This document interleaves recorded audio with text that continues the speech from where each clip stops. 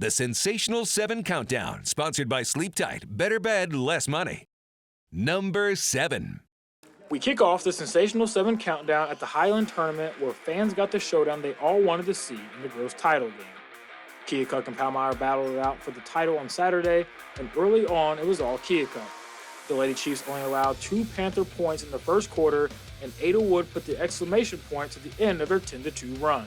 With time winding down, Wood got to the cup and laid it in for 2 to beat the Horn. Fun stuff from her as the Lady Chiefs were going to win the title for the very first time. Number 6. More tournament fun from the land of Lincoln at the Lady Panthers Classic. Opening round for Central Southeastern, and they jumped all over Rushville Industry behind an 18-point performance from Lauren Miller.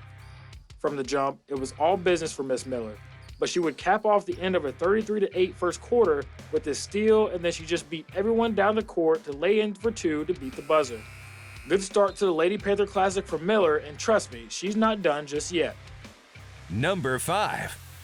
More from the Lady Panthers Classic, this time from the Brown County Lady Hornets and the Fab Freshmen. Kenzie Cassing had herself quite the day.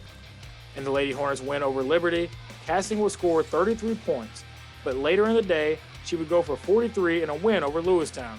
76 points in one day for the freshman is quite impressive. Number 4.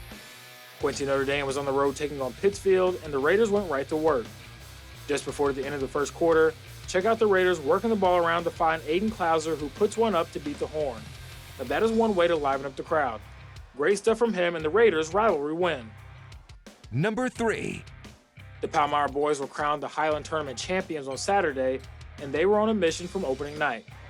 Check out Hudson Bach here against Macon, drilling this corner 3 to beat the Horn. Yeah, buzzer beaters seem to be the theme this week across the Tri-States. He continues to shoot the lights out to help the Panthers stack on wins. Number 2. The Highland Lady Cougars punched the Palmyra Lady Panthers in the mouth right out the gates in the semifinal game of their home tournament, and Chevy Sharp was huge in keeping that momentum.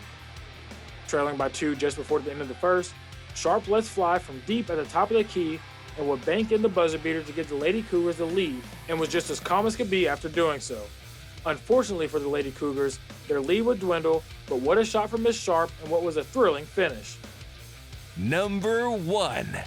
But the top spot this week comes from the Highland Shootout where Quincy High took on Cardinal Ritter, and man, what a game it was.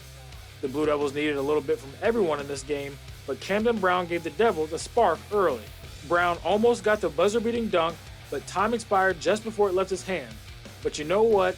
He wouldn't be denied twice. Later in the game, the Blue Devils will go to work in transition and just check out the passing to find Brown, who would flush it home.